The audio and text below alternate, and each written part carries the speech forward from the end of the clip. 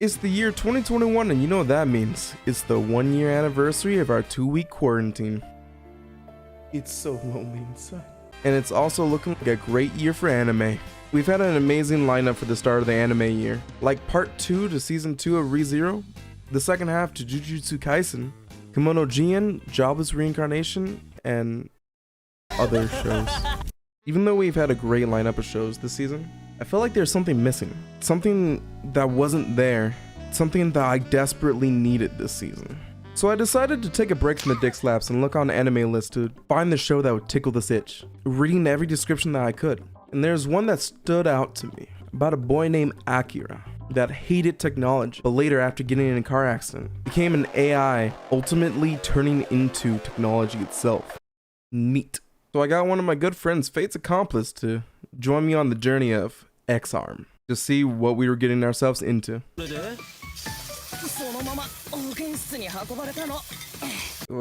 the fuck is this? Why is his brother why does he look wired? He looks like he's on drugs, man. What? I think I know what it was I was missing this year. A shitty anime. Let's just get started.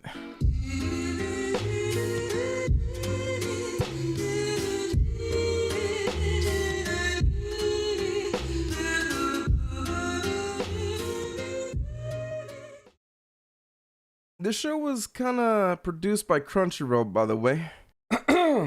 Okay, first of all, I feel like I need to address the elephant in the room. 3D animation. No! There is a lot of good 3D animation out there. I said it, okay? I know what Overlord did to you, I'm sorry, okay? But there is good 3D animation out there.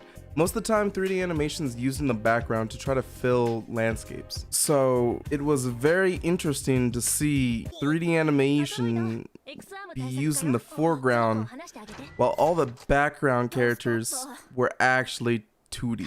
That doesn't really sound right. The emotion in this anime on their characters is just so mechanical. Everybody's stiff as a board. Well, Plank had more emotion, actually. But every moment that was supposed to demonstrate some type of emotion just fell flat because of this issue. Emotional moments lacked the impact that was needed to actually get people invested into the character development. The aesthetic makes sense for one of the characters because they're an android and they're practically just emotionless regardless of the situation. But for the main character and also all of his human teammates, it really just did not make any sense for this design choice. But the bodies seem really stiff as well, and it's interesting in some scenes. It's very comical, but at the same time, this is not a comedy anime. It takes itself quite seriously.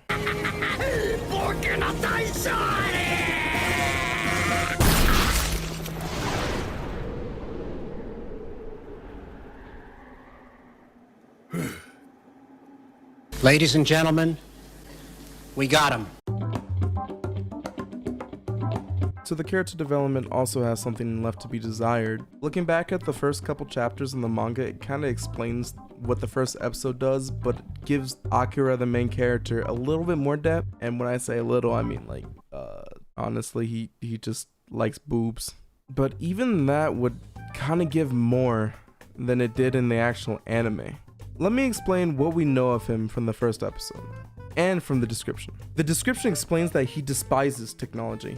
And in the first episode, you see that he gets sick from actually looking at it. He has a somewhat sense of justice that he inherited from his brother, who once said, "You've got to put your best foot forward if you want to change." So he decides to help a girl that's getting harassed, but instead he gets hit by Truck-kun. Now in the future, he's just a brain.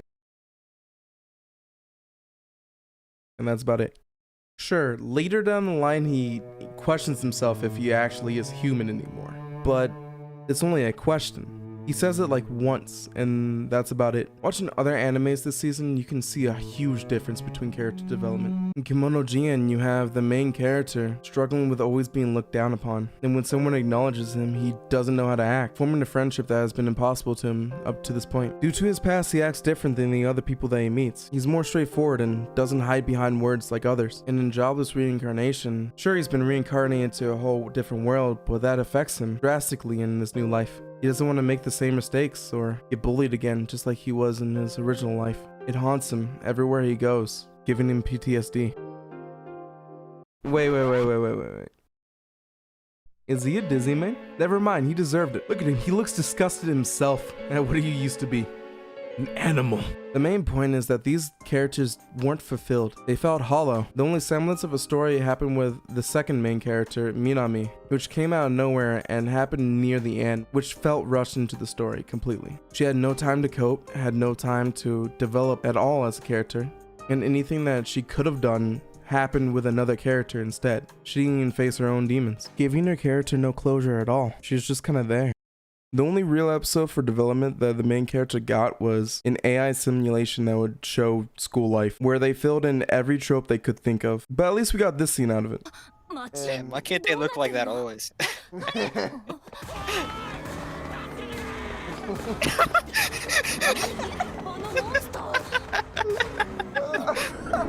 That's me walking on VR chat. What's happening?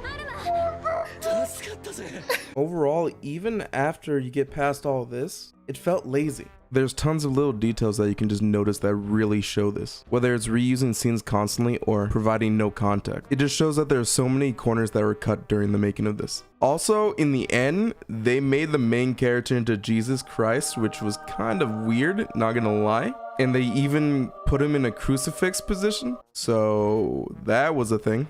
I can practically just imagine the boardroom right now. I feel like this scene needs to mean something. How do we really drive this by? Any ideas? Sir, I got one. What if we do a Bible reference with Jesus Christ? What is your name? Jimmy.